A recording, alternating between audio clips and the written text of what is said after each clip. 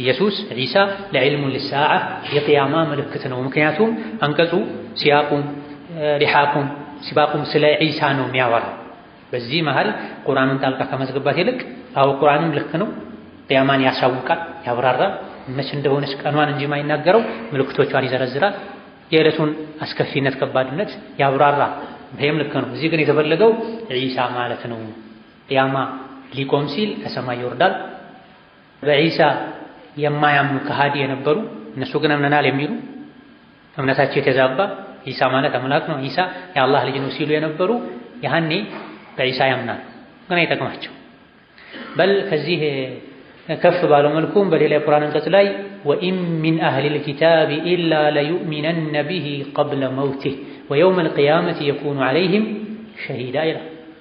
ይሄ ለእያንዳንዱ ዒሳን ወዳለሁ ለሚል ሰው ሊደርስ የሚገባው የቁርአን አንቀጽ ወይም ሚን አህሊል ኪታብ አንድም አህለል ኪታብ የሆነ አይሁድ ወይም ክርስቲያን የሆነ ሰው የለም ኢላ ለዩእሚነነ ቢሂ ቀብለ መውቲህ እሱ አጀሉ ደርሶ ከመሞቱ በፊት ወይም ዒሳ ሰማይ ላይ ያለው ወርዶ እንዴተኛውም ሰው ኖሮ ከመሞቱ በፊት በዒሳ ቢያምን እንጂ ይላል ሱረቱ ኒሳ ቁጥር 159 ላይ ማለት ነው። ይሄ ዒሳ አልሞተም፣ ሰማይ ነው ያለው፣ ይወርዳል። ከመሞቱ በፊት ሁሉም አህለል ኪታብ ነኝ የሚል ሰው የዒሳን ማንነት ያውቃል። ወርዶ ምን ሲያደርግ መስቀልን ሲሰበር፣ ኺንዚርን ሲገደል፣ የተለያዩ ነገሮችን ሲከለክል፣ መጥፎ ነገሮችን ከነቢዩ ኡመት ጋር አብሮ ሲሰግድ፣ መሲሕ ደጃልን ሲገደል እኛ የምናውቀው ዒሳ ይሄ አይደለም ይላል። ልክ አይደለም፣ የኛ እምነት ስለ ዒሳ ልክ አይደለም ይላል። ዒሳ እንደሚመጣ እነሱም ያምናሉ። ሲመጣ የሚመጣው ማንነቱን ነው እንጂ የማያምኑት ማይቀበሉት። በሌላ በኩል ደግሞ ቀብለ መውቲህ የሚለው ضميሩ ለዒሳ ነው። አንድ ተፍሲር ዒሳ ከመሞቱ በፊት ሁሉም ትክክለኛውን ኢማን ያምንበታል ቂያማ ሲቀርብ። አይደለም እያንዳንዱ አይሁድ ወይም ክርስቲያን ነኝ የሚል ሰው የግሉ አጀል ደርሶ ሊሞት ሲል ሲያዳጥር ትክክለኛውን ማመን በዒሳ የሚያምነው ያኔ ነው። መቼ ከዱንያ ሲወጣ ሐቁ ይገለጥለታል። ሸይጣን መንገዱን ይለቅለታል። አሁን ብታምን ማመኛ ሰዓት አይደለም። የሰው ልጅ የሞት ጣር ከያዘው በኋላ ቢያምን ማመን አይጠቅም። ስለዚህ ሸይጣን ሲያሸው ሲጋልበው ቆይቶ ልክ ሰከራተል መውት ሲይዘው መንገዱን ይለቅለታል። የሶራጠል ሙስተቂምን መንገድ ጋርዶበት የነበረውን ዞር ይለታል። ይሄኔ ይታየዋል ሁሉ ነገር ተገልጦ። ዒሳን ማምለኩ ልክ እንዳልነበረ፣ ዒሳ የአላህ ልጅ እንዳልነበረ እያንዳንዱ የዒሳ ተከታይ ነኝ የሚል ካፍር ጣረ ሞት ላይ ሲሆን በዒሳ ትክክለኛውን ማመን ያምናል። ያኔ ዒሳ ምንድነው? የመርየም ልጅ ነው፣ የአላህ ባሪያና መልእክተኛ ነው። ከአምላክነት አንዳች ድርሻ የለውም። ሸይጣን ተጫውቶብኝ ነው ይላል።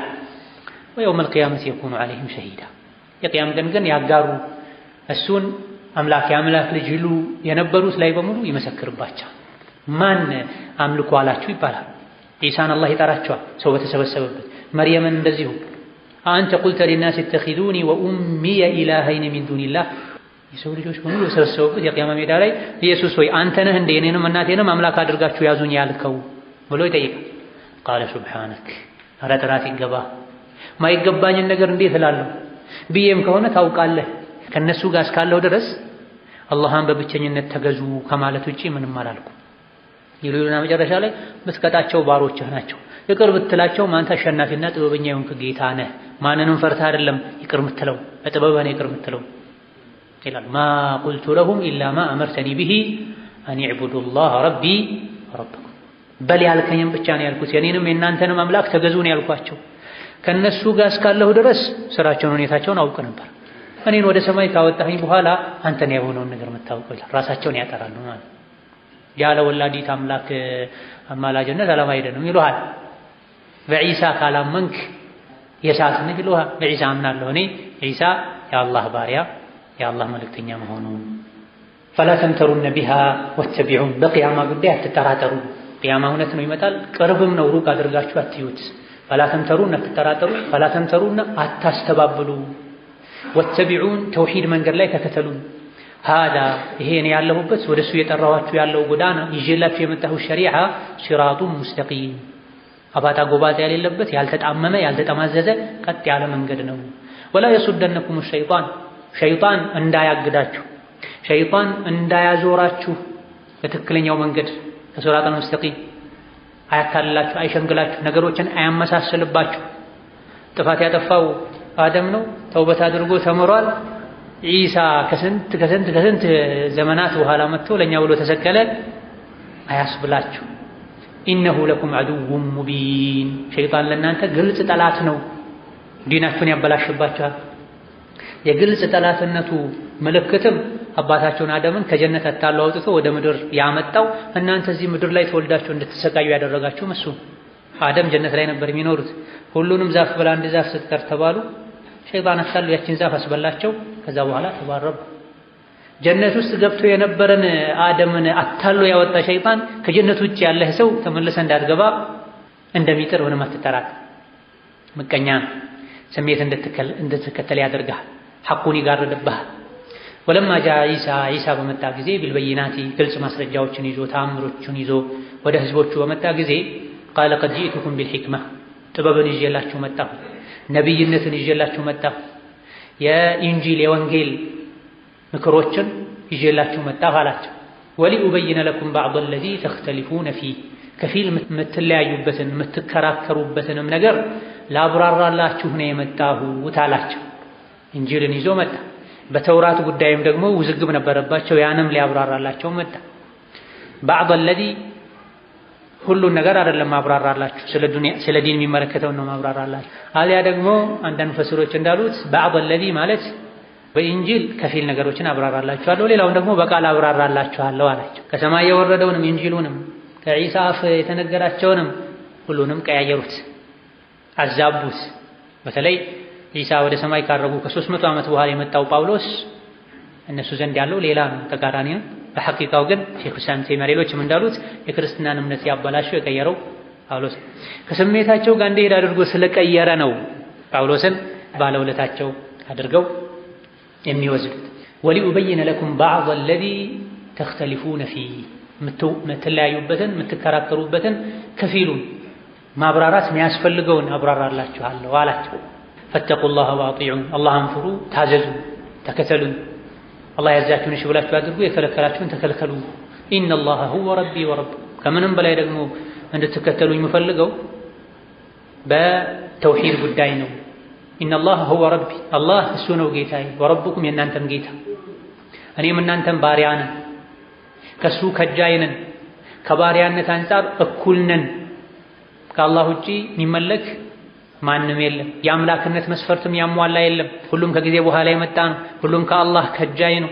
ፈዕቡዱሁ ስለዚህ የኔም የእናንተም ፈጣሪ አምላክ የሆነውን አላህን በብቸኝነት ተገዙት። አምልኮትን ለሱ ብቻ ጥርት አድርጉ። እሱንም ሌላ መገዛለሁ አመልካለሁ አትበሉ። ማይስተካከለውን አታስተካክሉ። አፈመን የኽሉቁ ከመን ላ የኽሉቅ አላህ ብቻ ነው የፈጠረው። ሌላ ያልፈጠረን አካል ከፈጣሪ እኩል አድርገህ አታምልክ፣ አትስገድ፣ ለሱ አትረድ፣ በስሙ አትማል፣ በአላህ ተብቃቃ አሉ ዒሳ። ይሄ ነው እንግዲህ የዒሳ አስተምህሮት፣ የዒሳ ሰበካ። አላህን በብቸኝነት ተገዙ፣ የኔም የእናንተም ጌታ አምላክ አላህ ነው የሚል ነው። አንዳንድ ጥቅሶች ላይ አባቴ ብሎ ሊሆን ይችላል ዒሳ አላህን ባለውለታዬ ማለት ካነበርኩበት ያስገኘ እንደ አባቴ ተንከባከበኝ ማለት ነው እንጂ የወለደኝ አባት ማለት አላህ አይወልድም፣ አልወለደም፣ አልተወለደም። ፈኽተለፈ አልአሕዛቡ ሚን በይኒሂም ዒሳ ይሄን ንግግር ሲያስተላልፍ በቦታው ላይ የነበሩ ሰዎች አሕዛቦች፣ ህዝቦች ሐሳባቸው ተለያየ በዒሳ ጉዳይ። ከፊሎች አላህ ራሱ ነው አሉ፣ አላህ ራሱ ዒሳ ነው አሉ። ከፊሎች ዒሳ የአላህ ልጅ ነው አሉ። ተዓላ አላሁ ዐን ሃዛ ዑሉወን ከቢራ አላህ ከዚህ ያላቀ ነው፣ የጠራ ነው፣ ልጅ አያስፈልገው። ማ ካነ ሊላሂ ሚን ወለድ ወማ ካነ መዐሁ ሚን ኢላህ አላህ ልጅ የለውም፣ ከእሱ ጋር የሚመለክ አምላክም የለም። ከእነሱ ውስጥም እሱም እናቱም ሁለቱም እኩል ስልጣን ደረጃ ያላቸው አምላኮች ናቸው አሉ። ለዚህም አላህ ሱረቱ አልማኢዳ ላይ መልስ ሰጥቷል። ዒሳም እናቱም ምግብ ይበሉ ነበር፣ አምላክ ደግሞ ምግብ አይደክም፣ ምንም ነገር አያስፈልገውም። ሌሎች ደግሞ አይሁዶች ዒሳ የዝሙተኛ ልጅ ነው፣ እናቱ ደግሞ ዝሙተኛ ናት፣ በግይ ናት፣ የተከበረችውን የጠራችውን መርየምን በዝሙት ጠረጠሩ። የተከበረውን ዒሳን የዝሙት ልጅ አሉ። ለዛም ነው ኋላ ላይ ለመግደል ጥረት ያደረጉት፣ ከሀገር ያፈናቀሉት። የተወሰኑት ደግሞ ዒሳ የአላህ ባሪያ የአላህ መልእክተኛ ነው፣ የአላህ ተአምር ነው። በተአምራዊ መንገድ ስለተፈጠረ እሱ ራሱ አይደለም እኮ መደነቅ ያለበት፣ አድራጊው ነው፣ አላህ ነው መደነቅ ያለበት። ዒሳ በነብይነት በመልእክተኝነት መወደድ መከበር አለበት። ላ ኑፈሪቁ በይነ አሐዲን ሚን ሩሱል የአላህ መልእክተኛ ሆኖ የተኛውንም መልእክተኛ አናስተባበለም፣ በነብይነት በዒሳ እናምናለን። ፈወይሉን ሊለዚነ ዘለሙ ለነዚያ ለበደሉ ወዮላቸው። ዙልም ማለት አንድ ነገር ያለ ቦታው ማስቀመጥ ማለት። ዒሳን ከአላህ ባሪያነት አውጥተው አላህ ነው ያሉ፣ የአላህ ልጅ ነው ያሉ፣ ታሊቱ ሰላተ የሥላሴ አንድ አካል ነው ያሉ፣ አልያ ደግሞ በተቃራኒው ዒሳ የዝሙት ልጅ ነው ያሉ በሙሉ ዛሊሞች ናቸው። እነዚህ በዳዮች ናቸው። ነገሩን በትክክለኛው ቦታ ያስቀምጡት ማናቸው?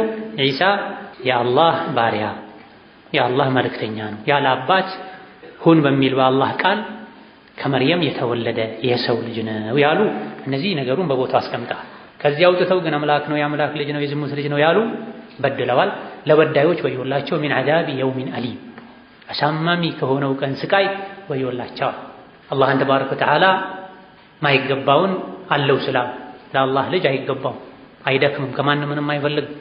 አምሳያ የለውም። ልጅ ከወለደ አምሳያ አለው ማለት።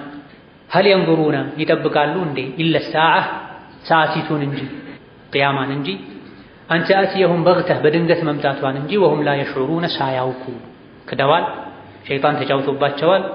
በዒሳ ጉዳይ ተናግተዋል። ለመካ ሙሽሪኮችም ጭምር ነው፣ በየዘመኑ ላሉ ከሃዲዎችም ጭምር ነው ተብሏል። ሐቅ ተነግሯቸዋል፣ ተብራርቶላቸዋል። እነሱ አላመኑም፣ አልተዘጋጁም። ግልጽ ከሆነላቸው በኋላም አልተወበቱም። ከእንግዲህ እነሱ የሚጠብቁት ነገር የለም የቅያማን መምጣት እንጂ ቅጥፈታቸው ላይ ጥመታቸው ላይ እንዳሉ። ቅያማ ደግሞ የሚመጣው በግተ በድንገት ነው። ወሁም ላ የሽዑሩነ መቼ እንደሚመጣ ሳያውቁ ኩፍር ላይ ጥመት ላይ ክህደት ላይ የተሳሳተ እምነትና አመለካከት ላይ ሆነው ከመጡ ቅያማ ከመጣ መግቢያቸው እሳትና ጀሃነም ነው። የሰው ልጆች የተፈጠሩት ትንሽ ኖረው ሊሞቱ ሁሌ ሞትን ሊያስቡ ከዚህ ዱንያ ስወጣ ምን ይዤ ነው የምወጣው ሊሉ ይገባል። ምክንያቱም ቅያማ ሁለት ቅያማ ነው ያለው፣ ሰዓ ሁለት ሰዓ ነው ያለው። አንድ ጠቅላላው ዱንያ የምትፈርስበት የምትወድምበት ሰዓ አለ፣ አሰዓቱል ኩብራ ይባላል፣ ታላቁ ሰዓት ይባላል፣ በጅምላ ሁሉም የሚጠፋበት። ሌላ ደግሞ መለስተኛው ሰዓትና ቅያማ አለ፣ የእያንዳንዱ ግለሰብ የግሉ ሰዓትና ቅያማ ማለት። ሰው ልጅ ሞተ ማለት የእሱ ቅያማ ቆመ ማለት። ይሄ ሁለቱም ሰዓ በድንገት ነው የሚመጣው። የታመመ ሁሉ አይሞትም፣ ያልታመመ ሁሉ አይኖርም። ከዚህ ሁሉ የሰው ልጆች ለቅያማ ሊዘጋጁ የጌታቸውን መመሪያ ሊቀበሉ ሊተገብሩ ይገባል። هذا والله تعالى أعلم። የዛሬ ደርሳችን እዚህ ያበቃል። ወቢላሂ ተውፊቅ ወሰላሙ አለይኩም ወረሕመቱላሂ ወበረካቱሁ።